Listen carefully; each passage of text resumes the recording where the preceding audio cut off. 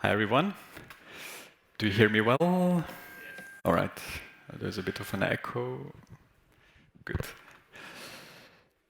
Thanks so much for showing up. I hope you had a good lunch break, and I hope you're enjoying the conference here. For me, it's pretty amazing seeing what is happening all around Lightning and Bitcoin. It's pretty cool. So before I start, I thought I'll ask a couple of questions just to get a sense of the audience. So if you could raise your hand if you own a Lightning wallet. All right. Oh, wow. Okay. What I'm doing here. Raise your hand if you have paid or spent Bitcoin so far at this conference. I've also did. All right. That's very good. And how many of you would say they understand Lightning, like how it works, basically? Okay. Very good. Thanks so much. So you heard it from Daniel. My name is David. I'm the founder and CEO of Pocket Bitcoin. Most importantly, I'm Bitcoiner and like an early Lightning enthusiast. And so Pocket is a non-custodial Bitcoin exchange. We are active in all of Europe. And maybe you have heard about that. We have just recently introduced Lightning payouts. And this talk is about that, right? It's about how this has been going, what our motivation was to introduce Lightning, and also the challenges and basically what we have seen the future might be with these Lightning. With this Lightning integration. So how Pocket works generally is it's an on-ramp, a typical on-ramp. So you go on pocketbitcoin.com, you generate your personal bank details, and so you have this on-ramp where you can just send instant payments, or you can even set up standing orders so that whenever a bank payment reaches Pocket, it automatically gets converted into Bitcoin and sent out to your hardware wallet. Hence non-custodial, because Pocket never holds your Bitcoin. Exactly. So as you can imagine, Pocket so far, or until recently, was mostly for the HODL use case, meaning that because of that non-custodial aspect, because it's quite easy to receive the Bitcoin on your own hardware wallet, especially and in particular, it of course attracted a lot of hodlers whose sole purpose, of course, is to just accumulate as much Bitcoin as they can for future price appreciation or hyper Bitcoinization, which is pretty cool. It has been going very well, so we are close to reaching 100 million euro turned into proper money, into Bitcoin, and probably sent to cold storage for quite a while. So we don't think it's going to move quite quickly. But hodling is nice, but it is just one aspect of Bitcoin. It is basically what we were able to confirm, or what lots of exchanges and on-ramps can confirm. The store of value use case of Bitcoin is very much alive and well, definitely. But it's also a little bit boring, right? If everyone just stores the Bitcoin in anticipation of a price appreciation, it will work definitely. But there is this, in my case, for example, when I got to Bitcoin first, I always wanted to experience it first. So I didn't realize this advantage of this scarcity quite early. For me, the fascination was always about this, free, unrestricted money that is a little bit like sending an email through the internet, but just in form of value. So we see that the more and more Bitcoiners we onboard, and especially the more newcomers into Bitcoin that we onboard, they have this need to experience Bitcoin, to try it, so that they actually get convinced by it as being, the future of money, right? So there is no way around Lightning if you want to provide this experience, this Bitcoin experience, especially for companies like us, where we are often the first point of contact for newcomers into Bitcoin. So this is a huge chance. So it was always just a question of time when we would integrate Lightning. And we also did that. That was, as mentioned, just a bit over a month ago.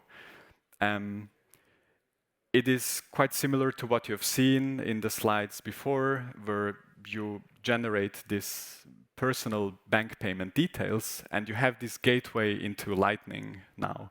So you just make a payment, issue a payment, issue an instant payment, you get notified immediately that your Lightning sats can be withdrawn, and you just withdraw them to your own wallet, to your Phoenix wallet or Breeze. That is what we currently offer. It's been quite successful so far. So we've just, since this a bit over a month, reached, I think, €250,000 changed or exchanged into Lightning sats and stored somewhere in Phoenix or Breeze, and we don't necessarily know. And that's pretty impressive for such a short time, knowing that there is, this amount of fiat equivalent in Bitcoin that is ready to be spent somewhere in the Bitcoin economy. That's quite nice. So Pocket finally is also for spending and for the spending use case. And there were certainly challenges in doing that. There are challenges, big challenges in implementing Lightning into a service, any service pretty much, but also into an exchange service like ours. There is the challenge of liquidity. So, as you all know how Lightning works, or a lot of you know how Lightning works, you need to make sure that you always have enough liquidity so that you can send the sats to the recipient through this network of nodes that are basically connected by, channels which have liquidity on either side. So it's quite a challenge to make sure that the payouts really work.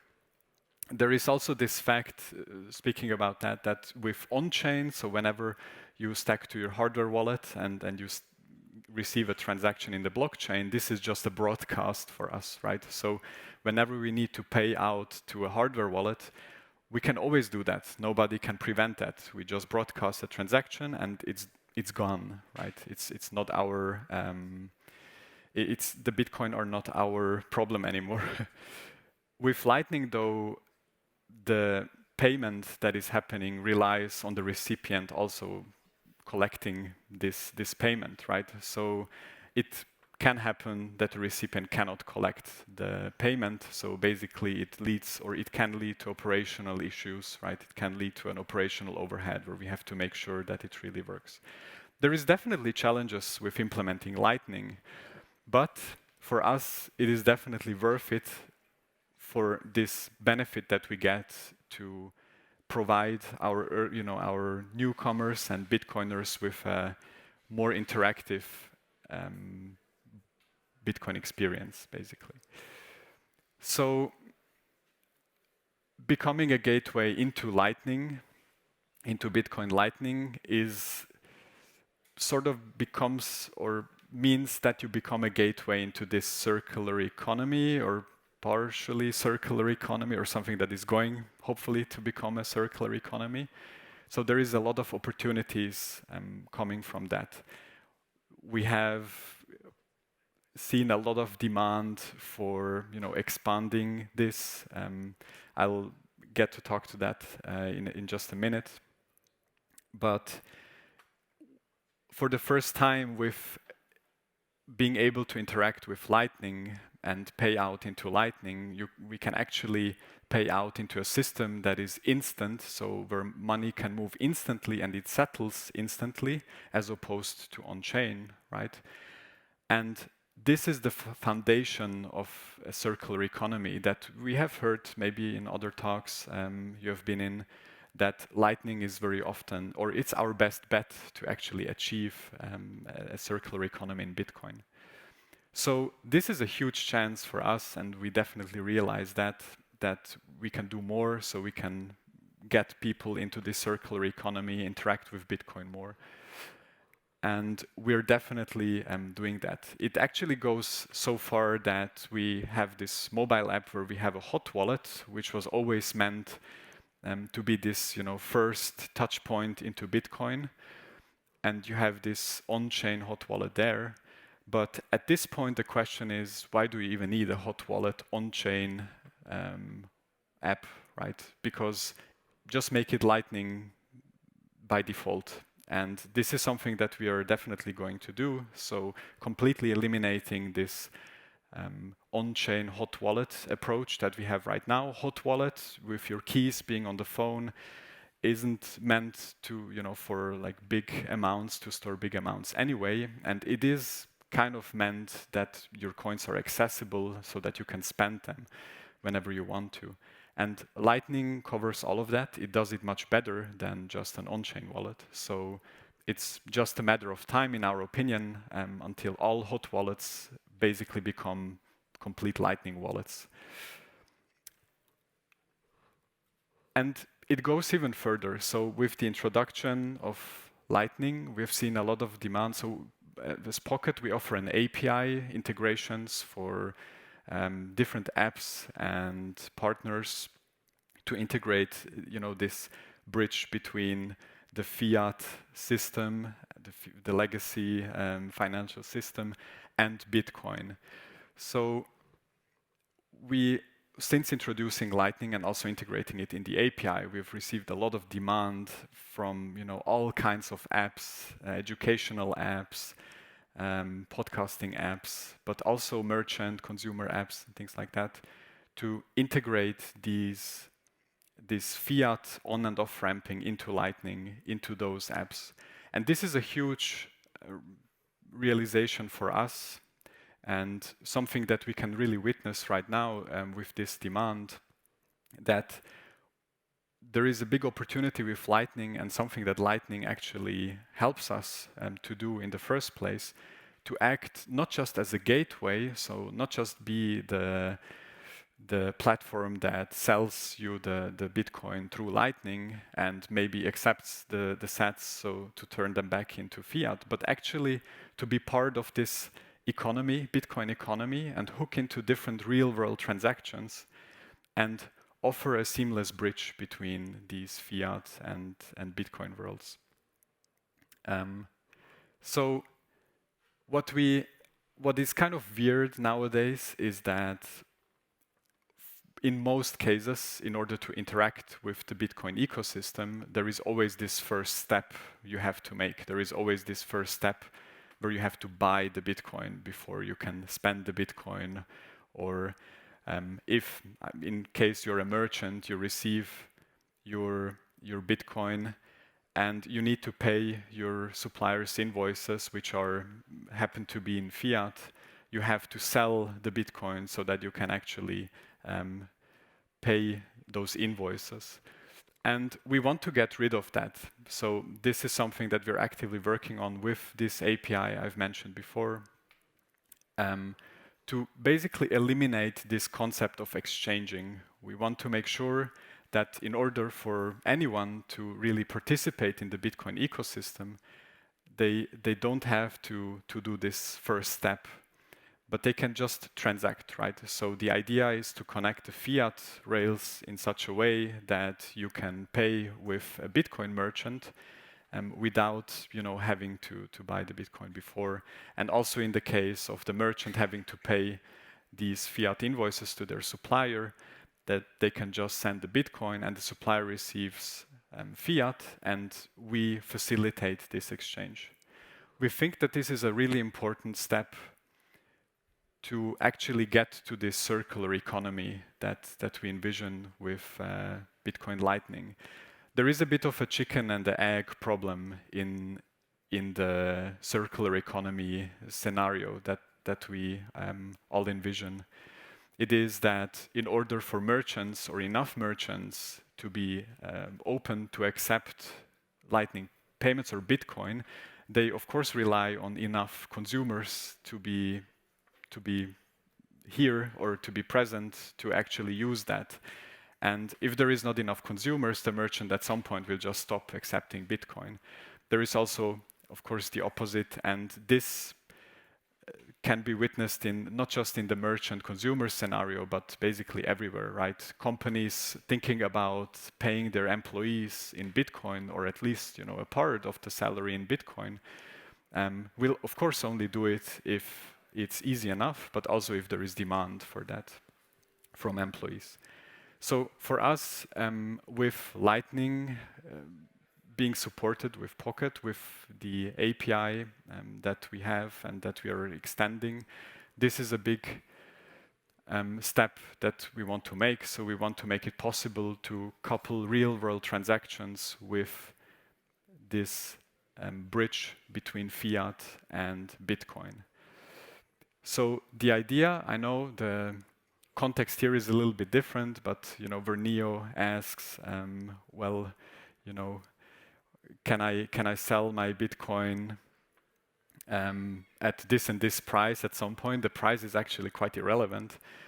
And Morpheus basically tells him that when he's ready, or when Bitcoin is ready, you won't have to sell it. And we kind of give it another spin. We give it a spin that, of course, you won't have to sell it, because hopefully there will be a big enough economy where you can just live with your Bitcoin, so you can spend it.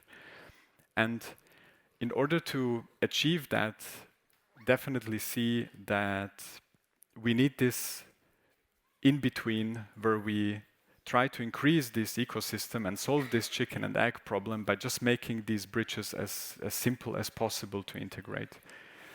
And ultimately that means, making ourselves obsolete. I'll try to explain.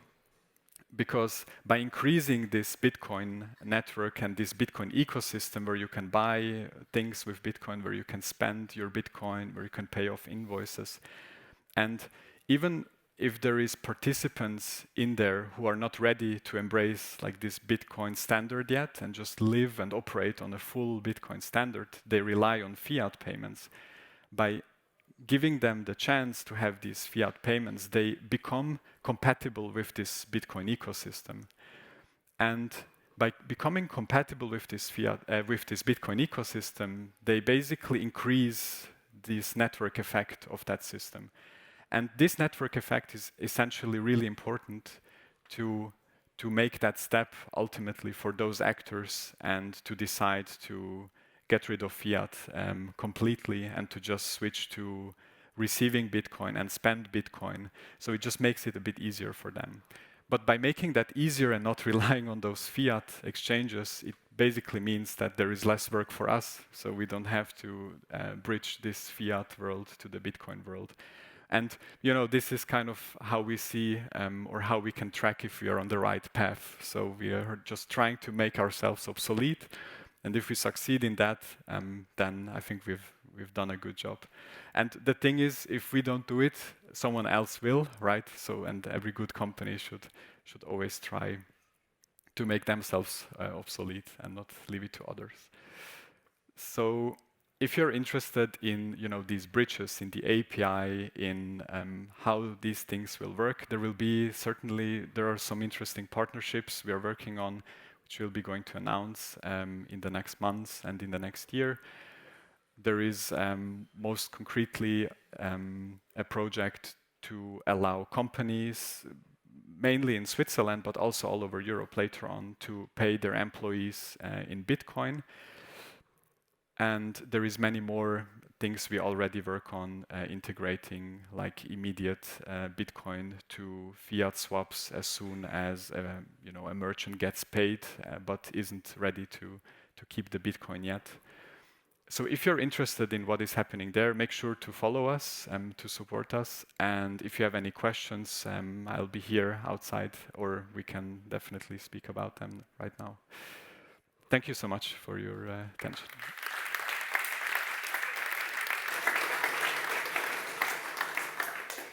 All right.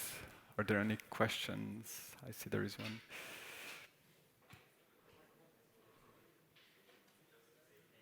I should have known you would ask a question. I should have been here just this side of the room. Nice shirt, mate.